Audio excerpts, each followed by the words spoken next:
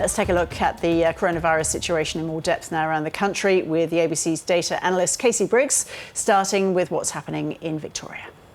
Yeah, a bit of a grim day in Victoria, Ros, and I think the problem when we have a big step change like what we've just seen is it becomes a little bit difficult to forecast what comes next. But what is behind this big jump? Well, the Victorian government's saying we're up 950 up to 1,400 and almost 1,450, today, and that is largely because that increase is largely because of events over the long weekend, both to do with the grand final, the AFL grand final, but also other events and just barbecues and people catching up and really fatigue getting to people and people kind of taking the weekend off. About a third of these cases are linked to events that, like that, events over the weekend, social gatherings, a lot of them at people's houses. And you ask, what are the chances this continues to cause problems? Well, it'll depend a little bit on where the cases are, and we know, so the pattern has been with the cases up to now, they are concentrated in the northern suburbs of Melbourne and Hume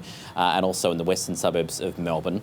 Today we have, again, a step change, a big increase in cases in the southeast and east of Melbourne, where we haven't seen lots of cases lately.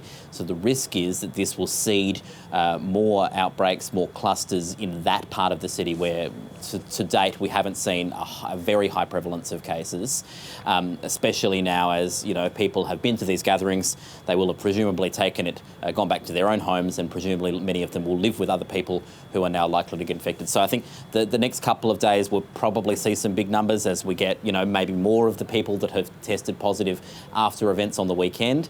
And then, like an earthquake, there's shockwaves when first the people that they live with get infected, and then the question will be, beyond that, will there be more seeding of more clusters? Will this thing take hold in more parts of Melbourne or not? And that will really determine whether this is a blip that lasts a few days, or whether, this is just kind of where our new baseline is at in Victoria as we wait for these vaccination levels to increase, particularly in the hardest hit, the hotspot areas.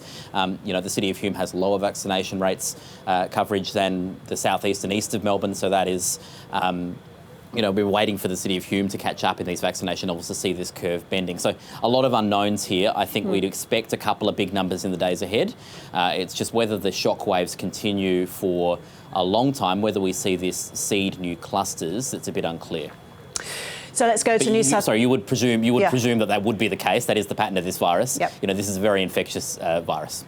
New South Wales and Casey, 941 new cases announced today. Where are we in terms of this latest outbreak, in terms of where those new cases are, the trend, vaccination rates? What? Yeah, the picture today is still a decrease in the 7-day average. We're continuing to see these numbers. Today's number, a little bit higher than you might have hoped when you look at the 7-day average. So the trend line's flattened out a little bit today, but hopefully not by all that much. And hopefully it's just a sort of, bit of random variation, which we do see from time to time because the picture has been relatively good here. Similarly, the picture in hospitalisations has been improving. So we're now definitely seeing people, the number of people admitted being treated inside New South Wales Hospital on the decrease. Hopefully people in intensive care and ventilators maybe starting to decrease, but we'll see them follow in the coming days and weeks, hopefully. And we're also now seeing the numbers of people dying not improve. We're still seeing some significant numbers there, but that's levelling out. It is flattening out, as you would expect, a few weeks after cases start to drop. So the position there remains basically where we've been for the last week or so. Things are improving. The question really is we've got a week and a half now until the restrictions are set to ease in New South Wales, less downward pressure being put on that curve. How low can these numbers get in that meantime? And that will kind of help give you more confidence to open up while you're still waiting for what is 30% of the 16 plus population to go and get their second jabs.